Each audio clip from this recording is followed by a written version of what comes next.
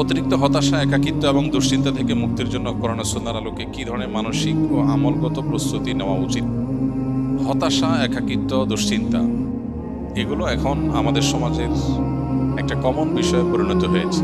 মজার বিষয় হলো, এ বিষয়ে যারা এক্সপার্ট আছেন, যারা সাইকোলজি নিয়ে কাজ করেন, তাদের অনেকের বক্তব্য হলো ডিপ্রেশন এটা বড় লোকের রোগ, এটা কোনো গরিবের রোগ না। গরিব মানুষ সাধারণত তার সময় কাটে না, ভালো লাগে না, দুশ্চিন্তা, ডিপ্রেশন আছে, এরকম গরিব মানুষের মধ্যে পাওয়া খুব একটা যায় না। তার হয়তো অসুখের কষ্ট আছে, অন্য কোনো পেরেশানি আছে, ধার দেনার পেরেশানি আছে, তার হয়তো রিজিক নিয়ে পেরেশানি আছে, কিন্তু কোনো কারণ ছাড়া ডিপ্রেশন, সময় কাটে না, ভালো লাগে না কিছু, একাকিত্ব, নিঃসঙ্গ, এই জাতীয় ডিপ্রেশন যেটা, এটা সাধারণত বড়লোকি রোগ।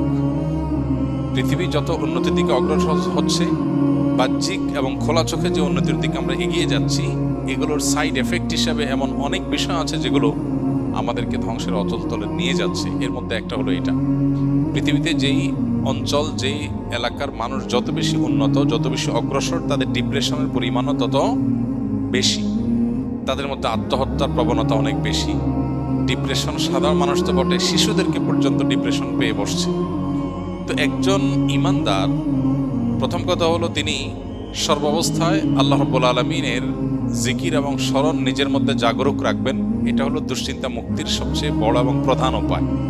আল্লাহ বলেছেন, আলা বিযিকরিল্লাহি তাতমাইন্নুল কুলুব।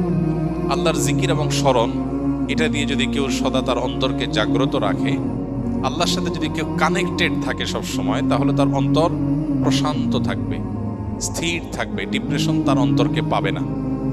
এখন আমরা সোশ্যাল মিডিয়া বলি, নেটের কানেকশন বলি, নানান যে আসক্তি এবং নানান কাজে যে আমাদের দিন এবং রাতের উল্লেখযোগ্য সময় আমরা সেদিকে দিয়ে থাকি।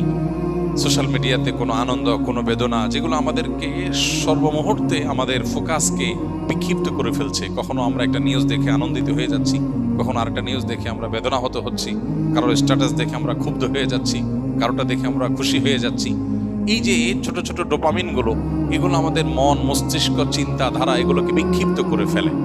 আমাদের ডিপ্রেশন বলি, দুশ্চিন্তা বলি, আমাদের ভালো লাগে না এই ভাব বলি, এটার অনেক বড় একটা কারণ হলো এই জায়গাটা।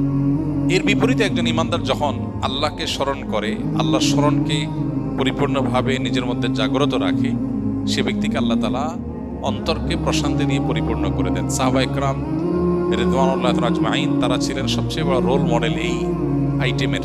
কারণ হলো তাদের আজকালকার জীবনে আমরা যতটা সুখ শান্তির উপকরণ পাই, এগুলোর কিছুই ছিল না। তাদের বাসায় খাবার ছিল না, নুন আনতে পান্তা ফুরাবার মতো অবস্থা ছিল আর্থিকভাবে। কিন্তু কোনো সাহাবীকে এরকম দেখা যায় নাই যে এসে নবী করিম সাল্লাল্লাহু আলাইহি ওয়াসাল্লামের কাছে তার ডিপ্রেশন দূরের জন্য তার অনেক পেরেশানি করতে হয়েছে, অনেক পেরেশানি পোহাইতে হয়েছে। কারণ আল্লাহর স্মরণ দিয়ে তাদের অন্তর পরিপূর্ণ ছিল। এই জন্য আল্লাহর সাথে যদি কারোর অন্তরের কানেকশনটা সবসময় সে ধরে রাখে, 5 ওয়াক্ত নামাজ 5 বার কানেক্টেড হওয়ার উপায়, সকাল সন্ধ্যার দোয়া জিকির আরো 2 বার কানেক্টেড হওয়ার উপায়, ঘুমানোর সময় অনেকগুলো দোয়া জিকির, এগুলো আরো বিশেষ কানেকশনের উপায়।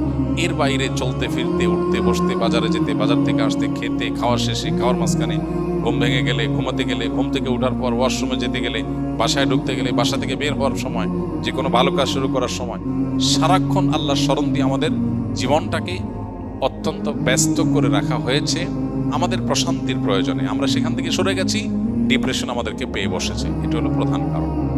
তাহলে আল্লাহর জিকির এবং স্মরণ, এটা হলো সবচেয়ে বড় উপায়। এবং ডোপামিন এবং এই জাতীয় বিক্ষিপ্ত করে ফেলার মতো, ফোকাস নষ্ট করার মতো, মন মেজাজকে বিক্ষিপ্ত করে ফেলার মতো বিষয়গুলো থেকে সরে আসা, এটা হলো ডিপ্রেশন থেকে বাঁচার অন্যতম প্রধান করণীয়। এরপরে যে করণীয়, সেটা হলো নবী করিম সাল্লাল্লাহু আলাইহি ওয়াসাল্লাম বেশ কিছু দোয়া তিনি সবসময় আল্লাহর কাছে নিবেদন করতেন। এর মধ্যে একটা হলো, আল্লাহুম্মা ইন্নী আউযু বিকা মিনাল হাম্মি ওয়াল হাযান ওয়া আউযু বিকা মিনাল আজজি ওয়াল কাসাল। আল্লাহ, আপনার কাছে দুশ্চিন্তা এবং পেরেশানি থেকে পানাহ চাই, মুক্তি চাই। এই যে দোয়া নবীজি করেছেন, এই দোয়াটা বেশি বেশি করা যেতে পারে। আল্লাহুম্মা ইন্নী আউযু বিকা মিনাল হাম্মি ওয়াল হাযান। আল্লাহ, আপনার কাছ থেকে পেরেশানি এবং দুশ্চিন্তা থেকে আমি পানাহ চাই, মুক্তি চাই। একদম নবীজি সাল্লাল্লাহু আলাইহি ওয়াসাল্লামের ভাষায় আমরা এই দোয়াটা আল্লাহর কাছে বেশি বেশি নিবেদন করতে পারি। তৃতীয়ত, দরুদ এবং ইস্তেগফার, এই দুটি আমল প্রসঙ্গে হাদিসে স্পষ্ট আমাদেরকে জানানো হয়েছে যে এই দুটি আমল বান্দার পেরেশানি দূরের ক্ষেত্রে সহায়ক ভূমিকা রাখে।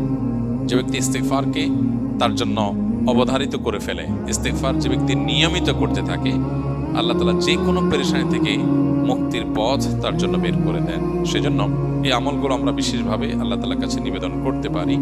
আল্লাহ তাআলা আমাদেরকে দুশ্চিন্তা এবং পেরেশানি থেকে মুক্ত হওয়ার তৌফিক দান করুন।